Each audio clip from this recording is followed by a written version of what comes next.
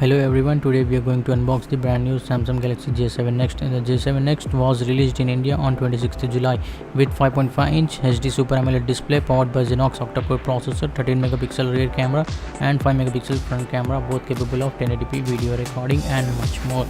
Without any delay, let's go ahead and unbox the device.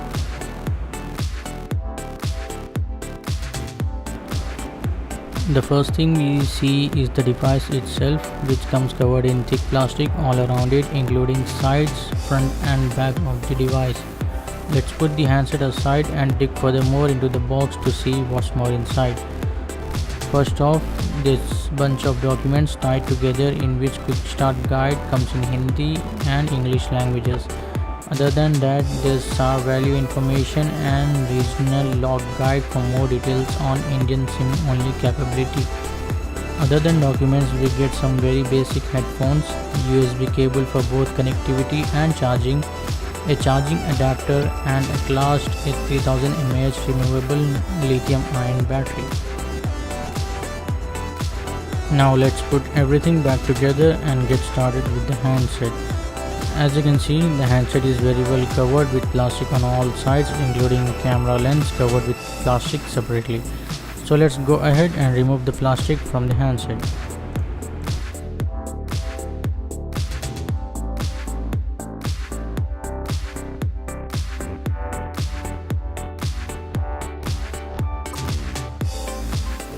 Speaking of handset, it got a textured plastic back panel with 13 megapixel rear camera along with LED flash and speaker beside it.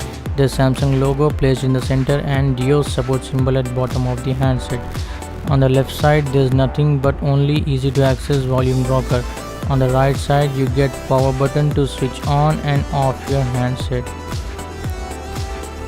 At the lower side you get microphone, USB port and 3.5mm headphone jack. On the front side, it features a 5.5-inch Super AMOLED HD display with 2GB RAM under the hood, powered by octa-core Exynos processor.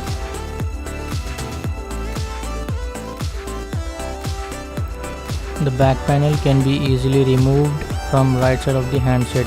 As you can see, the back panel being of plastic is still very durable and doesn't seem to bend with ease. Speaking of what's under it, there's dedicated micro SD card slot, SIM card slots for SIM1 and SIM2 to be inserted, and there's place for 3000 mAh battery to be placed in to juice up the handset. So let's go ahead and put the battery in its place to power up the handset. After we boot up the device, it prompts you to set up your device with language of your own to choose from, accounts and all other settings.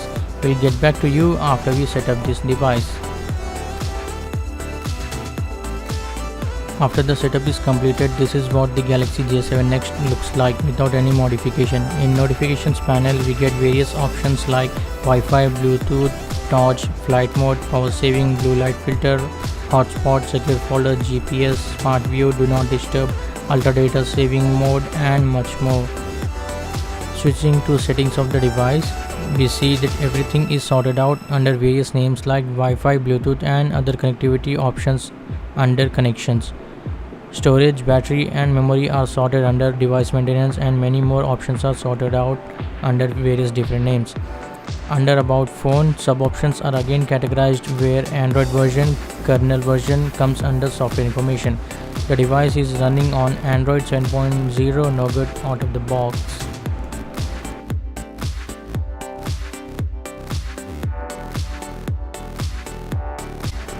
Speaking of storage and RAM, their information is placed under device maintenance. There's total of 9.9 GB of internal storage available out of 16 GB, in which 6.1 GB is of system or user data. Coming to RAM usage, the device has 746 MB of RAM free from 2 GB, where 1.2 GB is reserved for system and applications. And there's also an inbuilt scanner for detecting malware or virus obtained during browsing or downloading resources from the internet. If we swipe up from bottom of the device, we can browse all applications installed on this handset. It comes pre-installed with Facebook, Google Apps, Microsoft Apps and Samsung applications. Now switching to dialer, we get very usual looking user interface, but with Android Nougat Touch with options like video calling, redial and search contacts from search bar. Now speaking of camera, as soon as we open it, we get basic tutorials like if we swipe up or down, it switches between cameras, and if we swipe from left to right, we can access various camera modes like auto, pro, panorama, continuous shots, HDR, night, anti-fog, sports and sound and shot.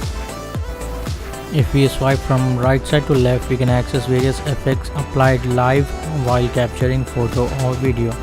Under settings, picture size, video output, quality, etc. can be altered. We'll do in-depth review of camera in a separate video, so stay tuned by subscribing us. The device comes with various inbuilt applications from Google except Play Games application. We get inbuilt applications even from Microsoft, which includes Excel, Word, PowerPoint, OneDrive and Skype.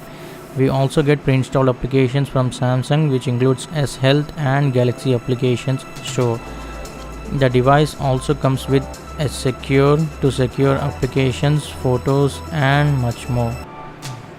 Coming to browsing capabilities of the device, we'll go ahead and test its scrolling smoothness and image processing power by visiting our blog. As you can see, the image processing hasn't taken much time. Web pages load much faster thanks to octa-core processor on this device. Scrolling either up or down isn't a problem at all. Browsing on this device can be done with ease. There's another added feature which might come very handy for gamers. Under advanced features from phone settings, there's a setting called games which comes with options such as game launcher, which automatically sorts out all games installed on this device under single folder on home screen called game launcher, providing additional features. Also, there's game tools which provides various options and features that can block touch buttons, record gameplay and much more. The device also comes with capability of multi-window, providing multitasking power with ease. Then there's smart alert, dual messenger and panic mode. Let's take a look at how multitasking really works. In order to activate it, press and hold options button for 2 seconds, which then will prompt you to multitasking screen. Note that all applications don't support multitasking feature. On home screen, when you hold down an icon, there's few options you can play around like disable, remove, shortcut, uninstall, app info, etc.